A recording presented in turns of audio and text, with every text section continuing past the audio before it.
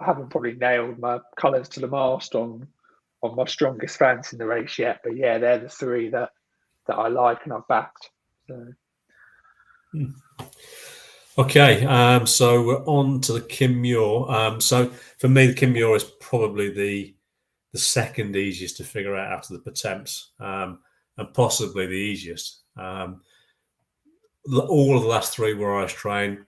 Gordon Elliott, the last two, and three of the last six. Both of Elliott's last two winners were novices, and neither would have been particularly obvious anti-post, actually. All of his novice entries basically need scrutiny. Squateur was a novice in 2018 when he was a hot favourite and fell when he was cruising. They managed his mark and then turned up in 2019 off the same mark the following season.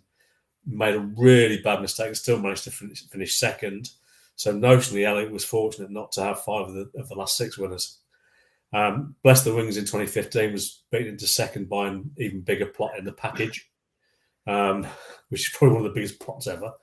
And Spring Hill just touched off Cause of Cause in 2014. So you go back that period of time and you just look at his winners and, the ones that he could have won and the ones that finished second. It's just phenomenal. Absolutely phenomenal. And the bottom line is you just back Elliott blind when the entries come out for this race. Usually the best amateurs win this race. He's going to always have top amateurs on. Rob James won it last year with a £7 claim.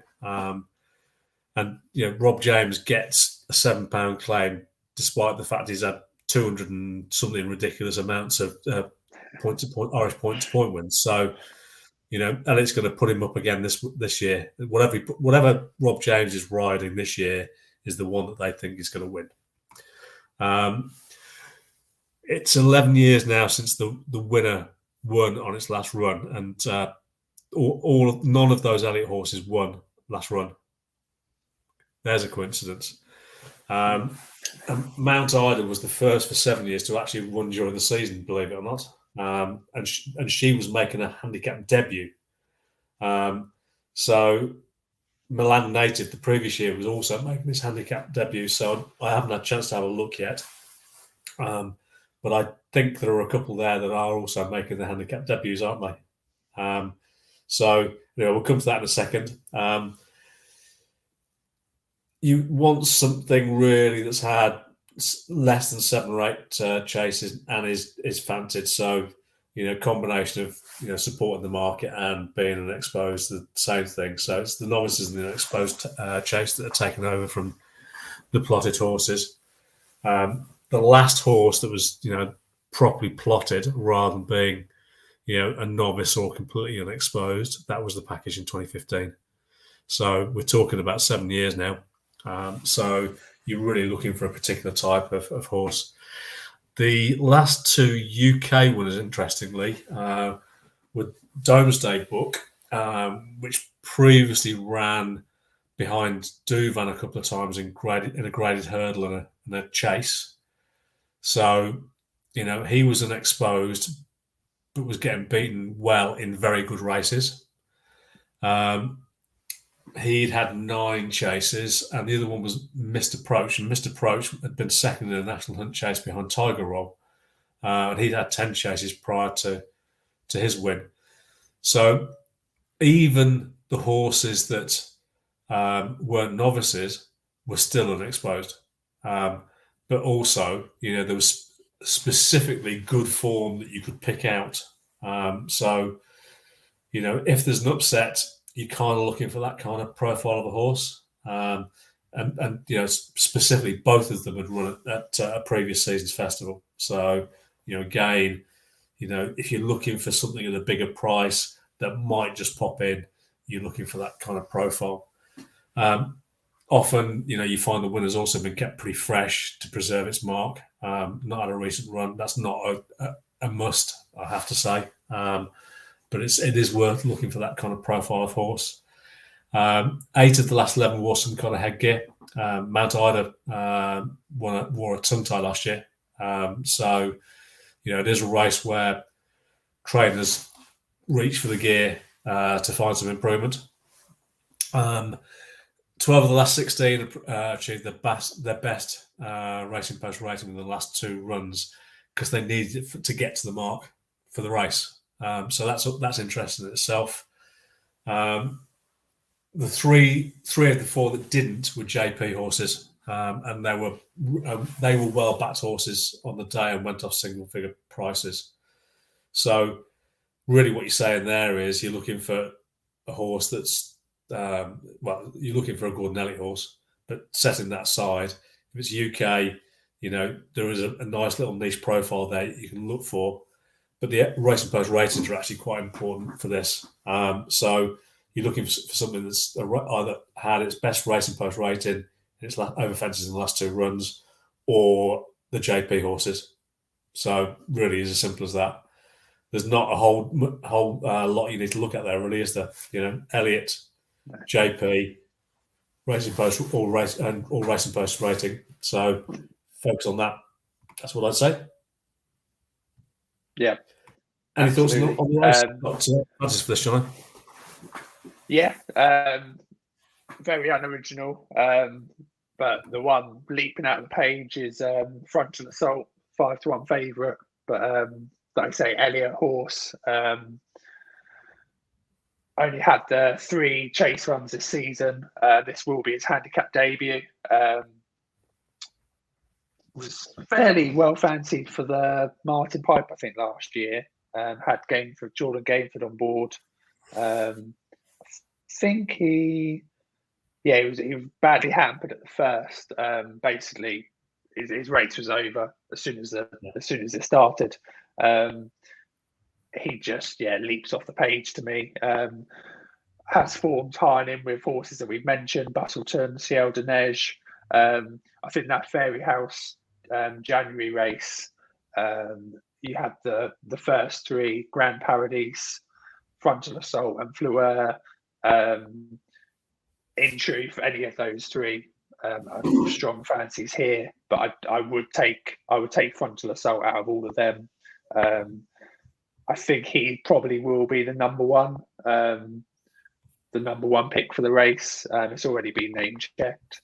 Obviously, he's got a couple of entries, but he's very likely he'll run here. And Fleur, I think you mentioned, probably might just be rated out of it by the time the weights come.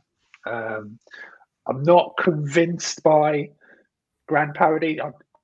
I liked him at the start of the year, actually. I backed him for, I think, definitely the 3 Mile Festival Novice Chase, and probably the Turners as well. I worry about jumping. Now, obviously, that could miraculously have a result in a clear round come the festival. It wouldn't be the biggest surprise, but I think, he would be one of the Elliott horses that I'd be a little more lukewarm on. I perhaps just am starting to think he doesn't quite have bundles in hand. I don't think he's maybe being as hidden as what some people think. I think maybe he's just being slightly found out, but you can never be quite sure with Gordon Elliott. I think Grand Paradise is in that squatter mould. I think he could be a well handicapped horse, but you worry about his jumping. Yeah, definitely. But like you said, if he can get a clear round, he makes a joke of his mark, probably, doesn't he? It's that kind of fine line. I think of what it's worth, John. I've mentioned it before. Those Cheltenham fences are very soft. They are very forgiving. It's the kind of course, ironically, that he could do very well at. Yeah, that is true, actually. And you'll generally get a harder jumping test in Ireland, won't you, through the winter, and then come the festival, slightly easier. I think I've got to just mention Glenn Lowe for the years of backing him at this race. Glenn Lowe. I couldn't touch him. It pains me to say it if he wins, and I think I've backed him for probably 4 festivals races and he's never shown up. But yeah, he's 11 years old. The winners of this race, they're 7 and 8 year olds. They're up and coming. Minus the package who you said about, but again, he was an absolute plot. I mean, the year before he won it, he was placing in an Ultima behind Holywell, who would be running in the Gold Cup the same year in the 160s. Completely different profile of horse. So yeah, bar the fact that Gordon Elliott trains him, I've got no interest. Well, I think his rating in Ireland is 128, so I don't think he'd get in anyway, to be honest. Yeah, that's true. I think they'll make the entry just in case, I'm sure, and they'll probably leave in the entrance to be bartered out, because if they could get him in off bottom weight, then they'd be over the moon, and you'd probably have to back him if that happened. But he's another one that jumps like an absolute pig. Fitness issues, jumping issues, just so many things that I've never backed him and never wanted to. Yeah, and I think with Glen Lowe, for me, his last run, because his rating is so low in Ireland at the moment, he really needed to win that. The race was at his mercy. Yeah. I mean, I think he's in the high 120s. And I remember posting at the time, I think there were horses under 100. It was such a weak race, and he couldn't even win that. And I've got no doubt that they were all out to win that, because it was such a poor race. The handicapper wouldn't have gone mad, but he would have got a few pounds here or there, got a confidence booster. But yeah, just couldn't touch him now. But I guess, like you said, if he comes in off bottom weight, certainly if he had, say, a Derek O'Connor on board, you might just have to back him. But I'm going to try everything I can to not back that horse. I don't think the handicapper will go mad with him anyway, because there's nothing to go mad with him for. The only reason they'd be going mad would be purely on connections. But it's one of those scenarios that it would be helping those connections rather than hindering them. So I think you'd probably give him £3. He's 131 and doesn't get near the race. Yeah. Schoolboy Hours, JP. I wonder whether he's going to get in. What do you reckon? Yeah, I think he'll get into the race. He's not going to get into the Grand National is the problem, because he's 140. What is he? 143. 142. So it looks like he's got no. This is going to be it now, doesn't it? I'm assuming he's not going to get raised enough to get him out of the race. And I think he might get in. I think he might get in off top weight. I can see why he wouldn't. But it's kind of all gone a bit pear-shaped, hasn't it? Because they could end up with no man's land and don't get into anything they wanted to, and it just ends up being the Irish National. But they would have wanted two of those races, not one of them. So we'll see. Yeah, I mean that's the problem. They might be stuck with being high top weighted in the Kim Muir, but not high enough for that Grand National. I mean, he won the Paddy Power Christmas. He needs a penalty to get into the Grand National, basically. And he could get one. I remember backing him last season for the Kim Muir. They didn't go, but you just have to look back at his chase form last year, tying in with latest exhibition, Eclat de Rire, Asterion Phalange, albeit well beaten by Asterion Phalange. But yeah, he's one that I do like in the race, and would have the connections that you want. And it's quite a narrow shortlist now. It is, which fits the trends, like you say, Elliott and JP. There's nothing too much, not too many others that are really jumping out the page for me right now. Yeah, I think that's probably fair. It's not the easiest to figure out what Gordon Elliott's going to run in here. Fleur, I think we're probably all agreed is not going to get in. As I said earlier, I'd rather see Fleur in the Ultima than the plate, but it could go either way conceivably. I think you're right, Grand Parody. Well, there's another one of Elliott's in there, Fakir Delen as well. So it's probably 2 or 3 from 4, I suspect. Frontal Assault, Smoking Gun, Fakir Delen, and Grand Parody. So it's hard to know which, but you just have to back them no run, no bet, and let them work it out for themselves, really. And history tells you, the winner comes from that very small pool. I'm with you. I do like Schoolboy Hours.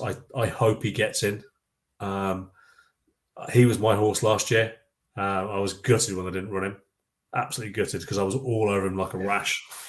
But I'm not all over him like a rash this time. I've had a no run and no bet on him. Seems crazy putting a lot of money on for a horse that is not as well handicapped as last year, that might not get in, and I'm just tying up a bunch of cash for the sake of it. But I do like him. Another one that I think could run a reasonable race actually here is Mr. Fogpatches. He's got the Grand National entry as well, I think. So he would probably need. In fact, if you could check his rating for me while we're talking, John, I've got a feeling he could ideally do with a £5 hike in his rating to get in the national.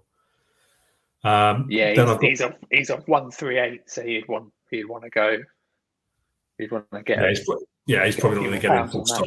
In actual fact, off 138. So this is his national in that case. That's one. He's got 138 in the national. 138. Oh, no, it will be his rating because the racing post will be updated. For UK horses, and it's worth saying that UK horses do hit the frame and have won this race. So, it's worth having something on side. The 4 I've got under consideration at the moment is Mr. Coffee, another horse that jumps like a pig. He jumps like Grand Parody. But, as I said, Cheltenham is the racecourse. It's the complete opposite to what it used to be. It's the racecourse where you're going to get away with it these days. Janica has been plotted. I think I probably would have preferred Janica in the plate, but you understand why they split those 2 up. And I think isn't Bromley's son scheduled to ride him as well? So I think I think that was said on the forum. I think there's another reason why he's there. I'm not sure Janica actually sees out truly run 3 miles, but this is an amateur race, so anything can happen. But I'd be concerned about searching an inexperienced amateur on him. I do like the horse. Then I've got going back to that classic chase form, Jericho Rock, who was 3rd in that, very inexperienced, but it's got a nice profile for this race. He's one that would have to sneak in towards the foot of the weights. And I did a bit of work early just trying to figure out whether I think he will. And I think he might just sneak into this.